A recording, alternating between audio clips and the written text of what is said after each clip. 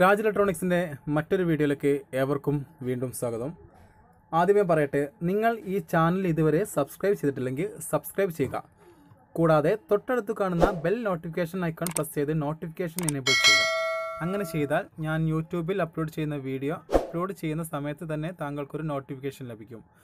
അപ്പോൾ തന്നെ താങ്കൾക്ക് കാണാനും സാധിക്കും. അപ്പോൾ മറക്കാതെ സബ്സ്ക്രൈബ് ചെയ്യുക. അതുപോലെ തന്നെ തൊട്ടടുത്തുള്ള നോട്ടിഫിക്കേഷൻ ബെല്ലും പ്രസ് ചെയ്യുക. ഇന്നത്തെ വീഡിയോ നിങ്ങൾ കാണിക്കുന്നത് നമുക്ക് SMD capacitor and Zener diode എല്ലാം റിമൂവ് ചെയ്യുന്ന ഒരു മൈക്രോ ടിപ്പ് സോൾഡറിങ് ആൻഡ് എങ്ങനെ മാറ്റിയെടുക്കാം എന്നുള്ള ഒരു ചെറിയ വീഡിയോ ആണ്. നമുക്കറിയാലോ, ഇപ്പോൾ മാർക്കറ്റിൽ കിട്ടുന്ന മിക്ക ബോർഡുകളിലും SMD കോമ്പണൻസ് ആയിരിക്കും കിട്ടുന്നത്. കാരണം SMD resistor, SMD capacitor, SMD IC, SMD inductor, അങ്ങനെ എക്സ്ട്രാ പലതും വരുന്നുണ്ട്. അപ്പോൾ അതൊന്ന് കംപ്ലൈൻ്റ് ആയാൽ നമുക്ക് അവിടുന്ന് റിമൂവ് ചെയ്ത് രണ്ടാമത് സോൾഡറിങ് ചെയ്യാൻ വളരെ പ്രയാസമാണ്. അപ്പോൾ ആ പ്രയാസത്തിന് പരിഹാരം കിട്ടും. കാരണം നമ്മളിപ്പോൾ ഈ റെസിസ്റ്ററും കപ്പാസിറ്ററും അതുപോലെ സെനർ ഡയോഡും എല്ലാം 2 ലെഗുള്ള ഒരു ഡിവൈസാണ്. അങ്ങനെ 2 ലെഗുള്ള ഡിവൈസ് നമ്മൾ എന്താണാവോ അത് നമുക്ക് റിമൂവ് ചെയ്യാനും വളരെ ഈസി ആയിട്ട് തന്നെ അവിടെ സോൾഡറിങ് ചെയ്യാനുമായുള്ള ഒരു ചെറിയ ഡിവൈസാണ്. ഇതിന് നമുക്ക് അധികം ക്യാഷൊന്നും ചിലവില്ല. ഏകദേശം നമുക്കൊരു 300 രൂപ 400 രൂപയുടെ ആ ഉള്ളിൽ നമുക്ക് ഇതിൻ്റെ ക്യാഷ് ഒതുങ്ങി കിട്ടും.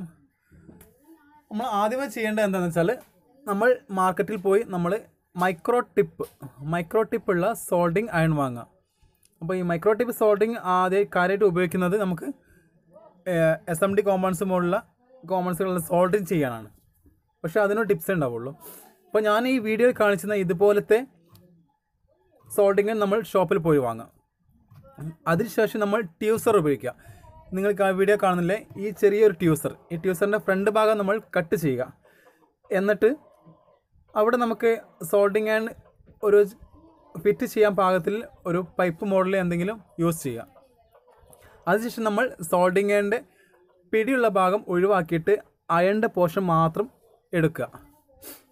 എന്നിട്ട് അതിൻ്റെ രണ്ടിൻ്റെയും